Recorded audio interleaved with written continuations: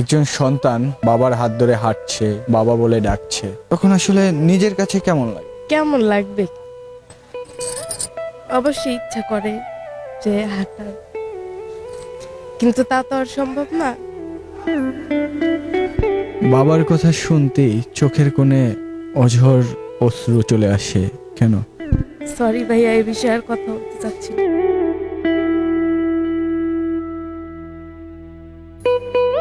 লেখাপড়া শেষ করে আগামী দিনে কি হবার স্বপ্ন রয়েছে? দেশের বাইরে যাওয়ার ইচ্ছা আছে, বাইরের দেশটাকে উপভোগ করা উচিত। বাইরে যাওয়ার স্বপ্নটা আসলে কেন, কি উদ্দেশ্যে যাচ্ছে? বাংলাদেশে পড়াশোনা করে অবশ্য ভালো কিছু হওয়া যাবে না, তো বাইরের দেশে পড়াশোনা করলে অবশ্যই ইনশাল্লাহ ভালো কিছু হতে পারবো। বাংলাদেশ ভালো লাগে না? হ্যাঁ, মাতৃভূমি ভালো লাগবে না কেন, অবশ্যই ভালো লাগে।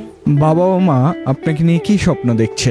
প্রতিটা বাবা মা যেমন স্বপ্ন দেখে তার সন্তান বড় কিছু হোক বা উঁচু লেভেল দাঁড়াক, তাদের সম্মানটা বাড়াক, মাথা উঁচু করুক, সেরকমই।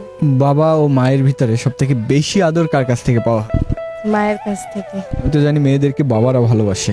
আসলে বাবা নেই তো, ছোটবেলা মারা গেছে। বাবাকে হারিয়েছেন কত বছর হয়? তখন আমার বয়স ছিল 4 বছর। 4 বছর বয়সে বাবাকে হারিয়েছেন। বাবা ছাড়া একজন সন্তানের পৃথিবীটা কেমন?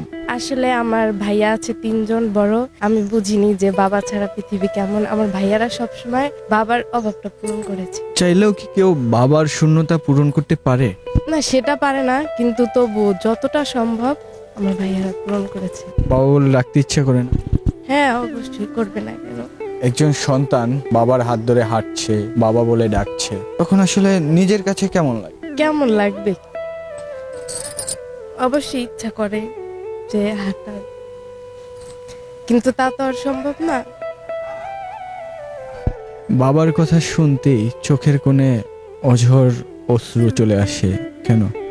সরি ভাইয়া, এই বিষয়ে আর কথা বলতে চাচ্ছি না।